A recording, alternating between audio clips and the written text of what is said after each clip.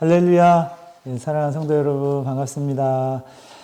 성경 통독 32주차 되었습니다.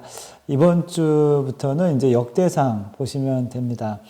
이번 주에 읽으실 말씀은 이제 역대상 1장부터 10장까지 내용입니다. 그래서 역대상의 개관을 조금 설명드리고 그 다음에 저희가 읽으실 분량에 대해서 설명을 조금 드리겠습니다. 참고하셔서 성경 통독에 도움이 되셨으면 좋겠습니다.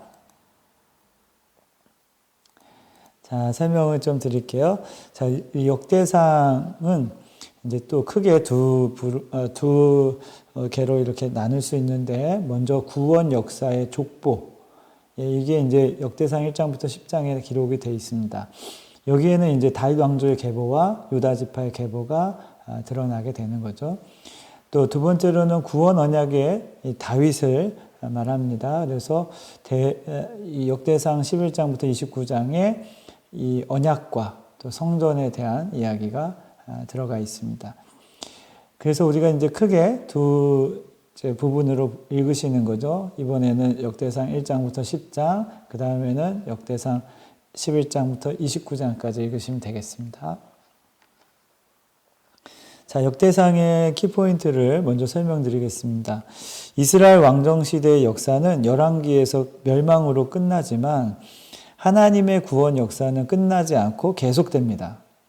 그래서 역대기는 이스라엘 역사를 통한 하나님의 구원 역사가 어떻게 면면이 흘러가는지 족보를 통해 이제 조명하게 됩니다. 열왕기와 마지막에서도 구원 역사의 줄기가 끊어지지 않고 이어져 가는 것을 보여주었습니다. 바벨론의 멸망의 포로로 잡혀간 유다왕 여호야긴이 죄수의 의복을 벗고 왕의 식탁에서 양식을 먹음으로 왕의 권위가 회복된 내용으로 끝을 맺습니다. 이것은 여호야긴의 석방을 통해 유다가 포로에서 해방되리라는 회복을 의미하고 암시하는 것이기도 합니다. 또 신약 성경이 마태복음의 족보로 시작함으로써 역대기와 연결된 구원 역사의 줄기가 예수 그리스도임을 이제 밝히고 있는 것이기도 합니다. 구원 역사의 줄기는 이스라엘의 왕정 역사 속에서 다윗의 언약으로 이어져 내려옵니다. 그리고 구원의 완성은 예수 그리스도의 모형인 성전을 통해서 나타납니다. 그래서 역대기로 다시 쓴 하나님의 구원 역사는 에스라서로 연결돼서 여호야긴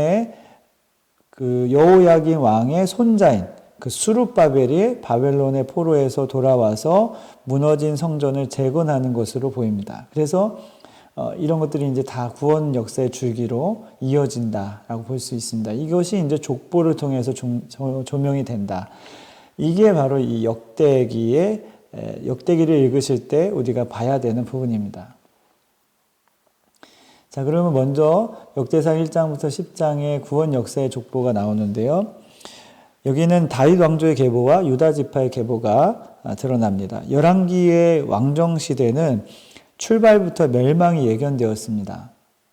하나님은 이스라엘 백성이 왕을 요구하실 때 분노하심으로 왕을 주셨고, 그들이 여로보암의 길로 가는 불순종에 진노하심으로 왕을 패하셨습니다. 결국 폐위시킬 왕과 멸망시킬 왕국을 주신 이유가 무엇일까요? 이는 하나님이 세우실 왕과 그리고 메시아 왕국을 대조적으로 보여주시기 위함입니다. 하나님 없이도 잘 살 수 있을 것이라 생각해서 하나님을 대적하는 세상의 왕과 왕국은 멸망하는 것이죠. 이를 통해서 인간 스스로의 힘과 노력으로는 구원을 이룰 수 없다는 사실을 이제 깨닫게 하시려는 것입니다. 그래서 이제 예수 그리스도를 통한 인류의 구원이 필요하다라는 걸 말씀하시고 싶은 거죠. 자, 그래서 역대기는 이제 그러니까 회복된 포로 후기 공동체의 정체성 확립을 위해서 기록되었다라고 볼 수 있습니다. 그래서 남유다의 역사를 다시 쓴 것이죠. 열왕기의 이 왕정 시대가 끝나고 바벨론 포로 귀환 후에 다시 쓴 이 역대기의 목적이 그래서 다음과 같습니다. 첫 번째는 에스라서, 느헤미야서 그리고 에스더서까지 연결해 하나님의 구원의 역사가 끝나지 않았다. 계속된다. 이런 걸 이제 보여주는 것이고요. 그런 목적이 있고, 또 두 번째는 하나님의 메시아 왕국은 눈에 보이지 않게 우리의 마음에 임한다는 그런 사실을 알리려는 것입니다.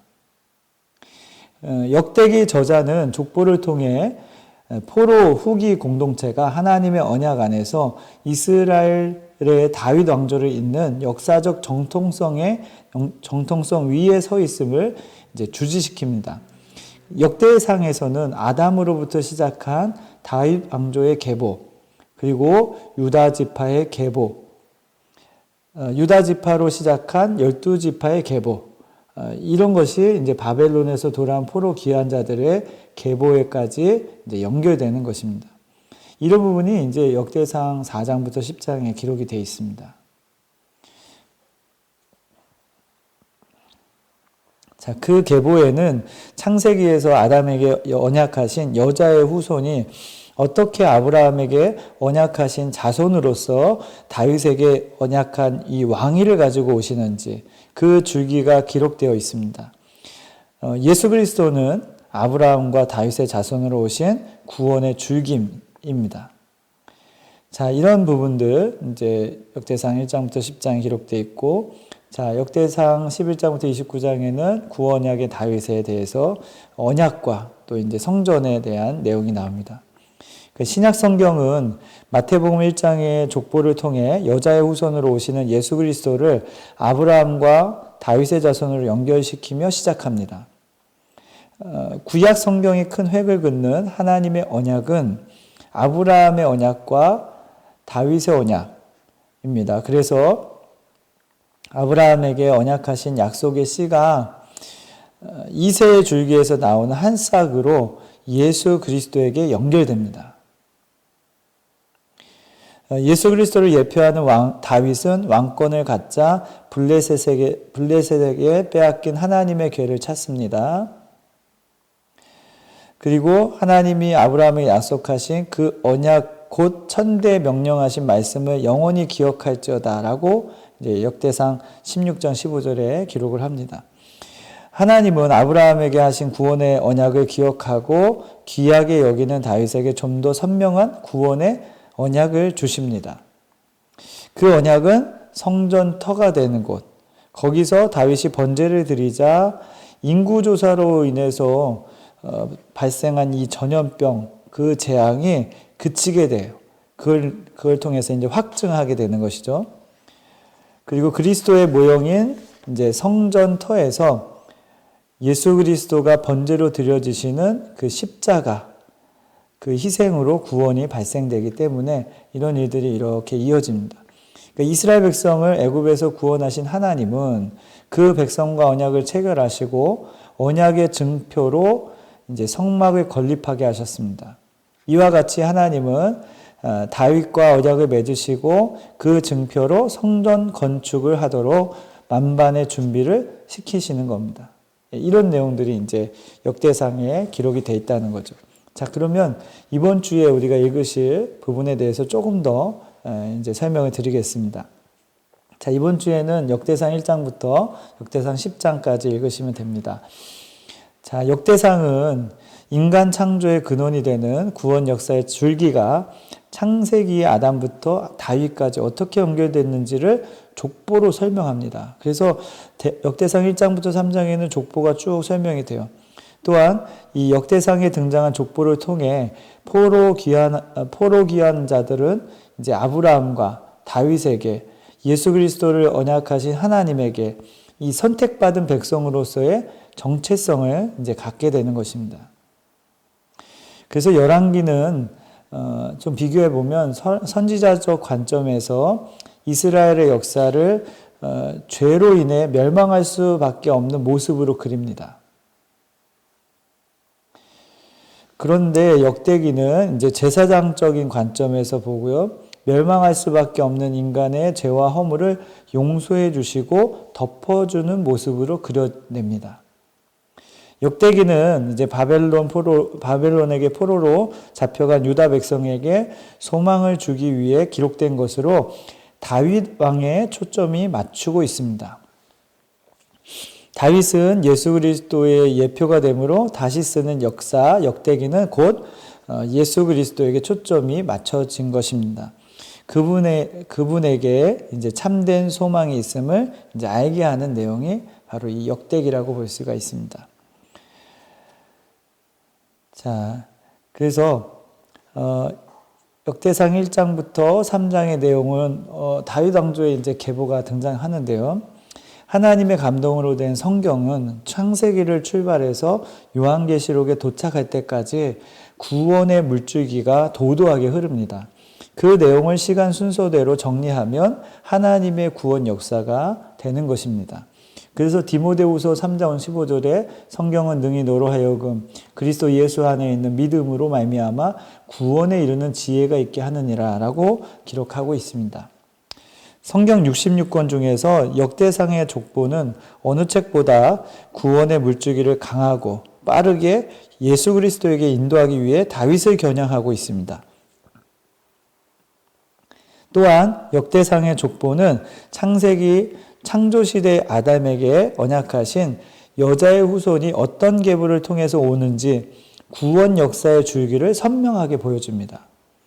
그래서 아담, 셋, 노아, 그리고 셈으로부터 시작해서 족장시대에 등장하는 아브라함과 이삭을 거쳐 야곱의 아들 유다가 다말에게서 얻은 이제 아들 베레스가 등장하고요.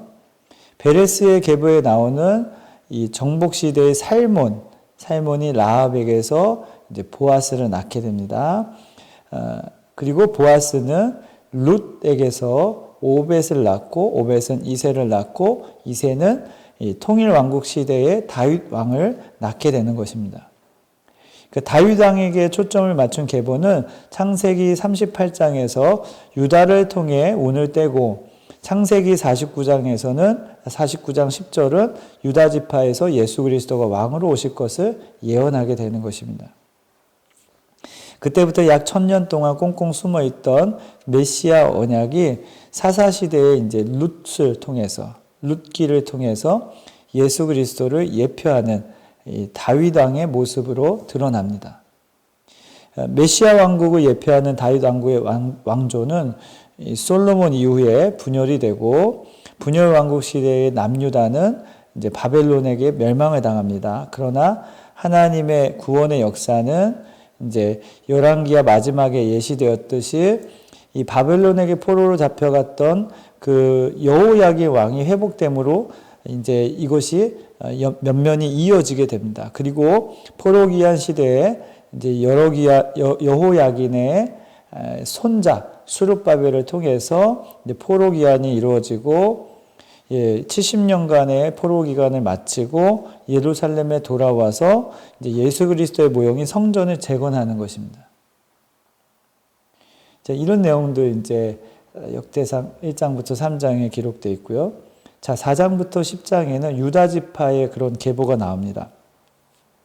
자, 구원 역사를 가름하는 이 족보의 흐름은 아담으로 시작해서 셋에서 노아로 이어지고 노아의 아들 셈에서 아브라함으로 이어져 이삭과 야곱 그리고 유다로 곧바로 넘어가서 다윗에게로 연결됩니다. 이 역대기는 바벨론에게 멸망해 포로로 사는 이스라엘 백성을 민족의 정체성을 지닌 선민 이스라엘로 다시 세우기 위해서 족보를 통해 다윗 왕국의 정통성을 이제 세워줍니다. 그리고 포로 귀환 자들에게 각 지파의 족보를 통해 자기 가문의 뿌리를 찾게 합니다. 또 역대상 9장에 가면요, 이스라엘 백성의 정체성을 찾게 됩니다. 예루살렘으로 돌아온 이제 포로 귀환 자들과 함께 기록된 이 사울의 계보는 다윗 왕에게 구원 역사에 초점을 맞추기 위해 징검다리 역할을 또 하게 됩니다. 그래서 역대상 10장은 사울의 죽음과 다윗의 세우심을 다음과 같이 기록을 하는데요. 역대상 10장 13절에 14절에 보면 사울이 죽은 것은 여호와께 범죄였기 때문이라. 그가 여호와의 말씀을 지키지 아니하고 또 신접한 자에게 가르치기를 청하고 여호와께 묻지 아니하였으므로 여호와께서 그를 죽이시고 그 나라를 이새의 아들 다윗에게 넘겨주셨더라 라고 하면서 이제 사울의 죽음과 다윗의 세우심을 동시에 기록을 하고 있습니다.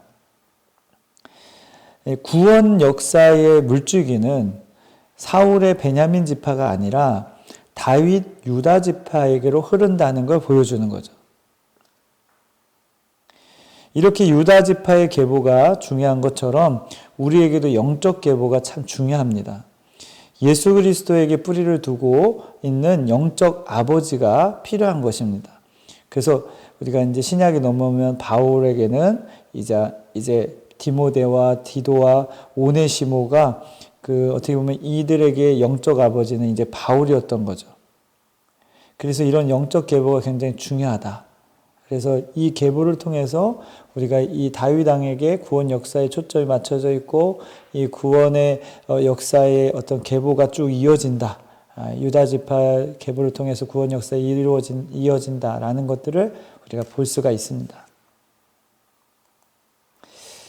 자, 사랑하는 성도 여러분, 이번 주에도 이제 역대상으로 이제 넘어가게 되는데 상당히 흥미로운 이제 내용들이 좀 나올 겁니다. 이 부분을 좀 이렇게 잘 보셔서 어떻게 보면 이스라엘 백성들이 정체성을 찾아가고 이 다윗 왕의 계보를 통해서 이스라엘 백성들의 어떤 정체성을 회복하는 이런 모습들을 보면서 우리도 이 역대하의 말씀을 보면서 우리의 이 정체성을 찾아가시는 거예요. 저와 여러분의 또 영적인 계보를 찾아가는 겁니다. 그런 시간이 되기를 바랍니다. 그래서 여러분 족보가 좀 나오면 좀 힘드신데 그 족보의 의미 또 족보를 왜 이렇게 적어놨는지 이런 것들을 생각하시면서 성경을 읽으시면 또 다른 재미를 또 느끼실 수가 있을 겁니다. 이번 주에도 성경 통독 잘 해보시고요. 하나님의 은혜가 여러분 가운데 충만하시길 바랍니다. 지금 사순절 기간인데 끝까지 주님과 함께 그 주님이 우리를 위해서 십자가 지신 그 고난의 길을 온전히 걸어가신 그 길을 우리도 우리의 십자가 지고 끝까지 가시기를 주의 이름으로 축복을 드립니다. 여러분 다음 주에 또 뵙겠습니다. 사랑하고 축복합니다. 할렐루야.